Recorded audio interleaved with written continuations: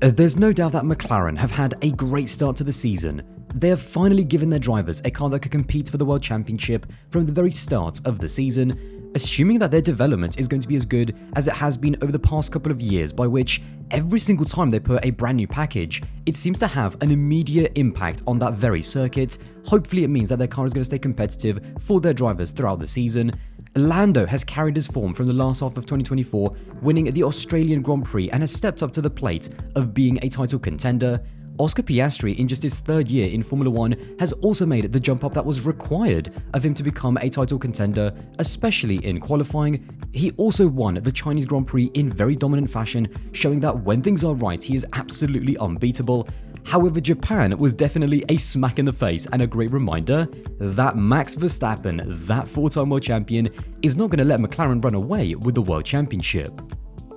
McLaren has not been shy about talking up its driver lineup, with people like Zak Brown on numerous occasions saying that the combination of Lando and Oscar is the best on the Formula 1 grid. Now, whether you think that he's just trying to boost the confidence of his drivers, or whether you think that he genuinely means it, I think it just shows the trust that they have in Lando and Oscar to get the job done. Lando has also been massively complimentary of his partnership with Oscar as, again, the best in Formula 1, and a partnership that allows them to fight for the Constructor's title with two drivers contributing to it. McLaren historically have never been afraid to pair up the two strongest drivers and kind of live with any inter-team consequences. Two great drivers, and especially two number one drivers who are both going for the World Championship, is always and almost inevitably going to lead to some inter-team friction and maybe even a little bit of toxicity. We saw that with the likes of Senna Prost, Raikkonen and Montoya, Hamilton Alonso, even Hamilton Button, and to a lesser extent Button Alonso,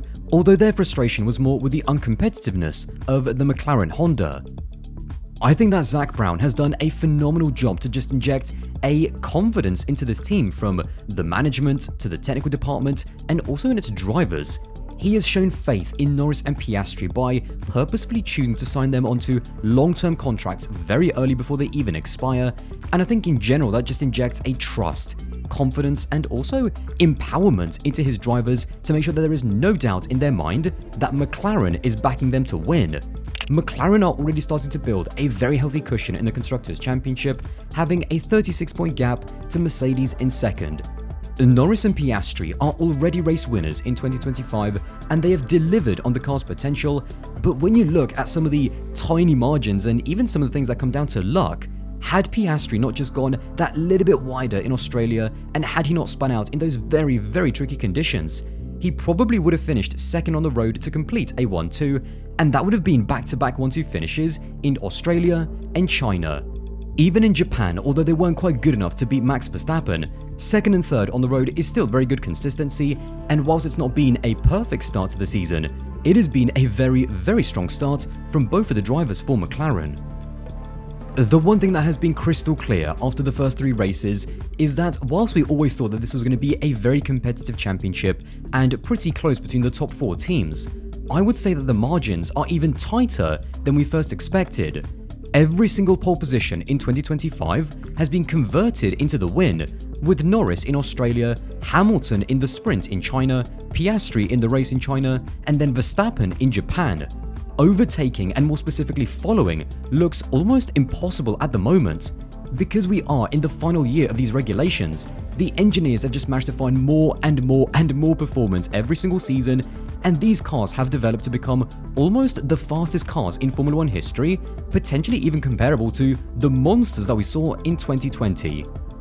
Although Australia is a bit of an outlier because the current layout has only been used for 4 races since 2022, in terms of the other tracks in China and Suzuka, the single lap record in qualifying has been broken at both of those tracks this season. More downforce and more performance means more turbulence, which makes it more difficult to follow compared to 2022 at the start of this regulation cycle. It's also worth noting that China and Suzuka were both resurfaced for this season, and it basically meant that there was almost too much grip for the tyres that Pirelli chose, and when it comes to the top 5 and top 6 finishes in both of those races, everyone was pretty easily able to execute a one-stop strategy. In Japan, Kimi Antonelli set the all-time race record at Suzuka on lap 50 with 3 laps to go, meaning that there was still plenty of performance left in those tyres, even at the end of the race. Everything that we have seen so far points to the fact that in 2025, we potentially could have basically a qualifying championship given how difficult the raceability is, especially amongst the front runners on the Sunday. It means that there is even more emphasis and pressure on the tiniest of margins in qualifying, and that kind of presents a bit of a conundrum to McLaren. Zach Brown is going to give Lando and Oscar equal opportunity, and there is no doubt about that. But as we saw in Japan, sometimes equal opportunity doesn't equal the best strategy to win the race. Team orders this early into the season have been a pretty light topic, but they have definitely started just that little bit. I mean, in Australia, we saw Oscar pressure Max into making a mistake and then close up to Lando before being told to hold position. And then in Japan, Oscar once again found himself behind Lando, asking for an opportunity to attack Max, which he was not granted. The smallest margins in qualifying which are making the biggest differences, and the lack of variables in the race with easy one-stop strategies and very difficult to overtake cars. All of that means that the drivers are basically settling into their positions after lap 1, and it's very hard for them to make a move on their teammate even if they do have a performance advantage. The difficulty for McLaren when it comes to having 2 very fast but also 2 very competitive drivers is that there is a very tricky balance between allowing the drivers to race and attack each other equally so that they both have an equal chance at fighting for the title without compromising each other's races, which will shift the advantage to the likes of Verstappen and Russell. 2-car teams are definitely better for the Constructors' title, hence McLaren's advantage already in the standings. But a 1-car team allows a team to focus entirely on one driver without having to double guess or doubt themselves if it will negatively impact the other driver.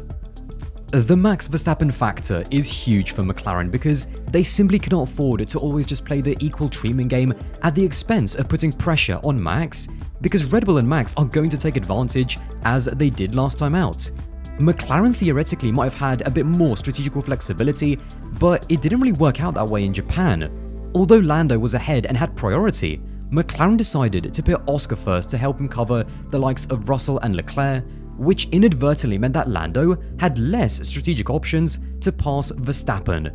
In essence, they were so cautious with Oscar to lose 3rd place that it came at the expense of Lando being able to challenge for 1st. Oscar and Lando have built up a lot of trust with each other and also with the team. It is a very, very different environment to, say, Hamilton and Rosberg at Mercedes, where there was a lot of paranoia and a lot of distrust on both sides of the garage towards each other. So far, the team orders, which we have seen, say, from Oscar when he asked the team to be let through to try and attack Max ahead of Lando, have been pretty minor. But with such little opportunity to overtake and with the margins being so close to the point where Q3 basically determines the Grand Prix winner, the further we get into this season, I can definitely see a scenario where the team might start asking drivers to do something maybe for strategy or for the team's sake, and their own championship and self-interest might start to take over. We saw the beginning of this in Hungary last year when Lando jumped Oscar during the pit stops and was then asked to let Oscar back through for the win. And if we end up in a situation where Lando, Oscar and Max are all fighting for a win in that sort of Grand Prix and of course the championship as well, I don't see either Lando or Oscar being as obedient as they were last year to help their teammates in a situation where it's going to take points away from them. And now, just to clarify, compared it to, say, Red Bull, this is a good problem for McLaren to have, but it's a problem nonetheless that they're going to have to try to manage throughout the year. It's very easy to start overcomplicating and micromanaging your drivers in a situation where their natural instincts as racing drivers and also their self-interests to win the World Championship for themselves are always going to take over in a similar way to what happened in Monza last year when Oscar overtook Lando. In that situation, trying to micromanage their drivers just ended up kind of backfiring and doing more harm than good. Once you start fighting for a title, many of those same team dynamics that we're used to in the midfield kind of get thrown out the window, and that is totally natural. As good of a pairing and as cohesive as Lando and Oscar are now, their self-interests are going to start to take over, and I am not sure that McLaren are going to be able to handle it at some point. Zach Brown has done an incredible job, and the drivers have really bought into that kind of cohesive, open, fair, and honest dynamic, but only one driver can win the World Championship, and I can't help but feel that there is also a wider question as to who exactly is going to establish themselves as the outright leader of McLaren going forward. Well, there you have it. If you did enjoy this video, then don't forget to subscribe. That would be massively appreciated, and I'll see you in the next one.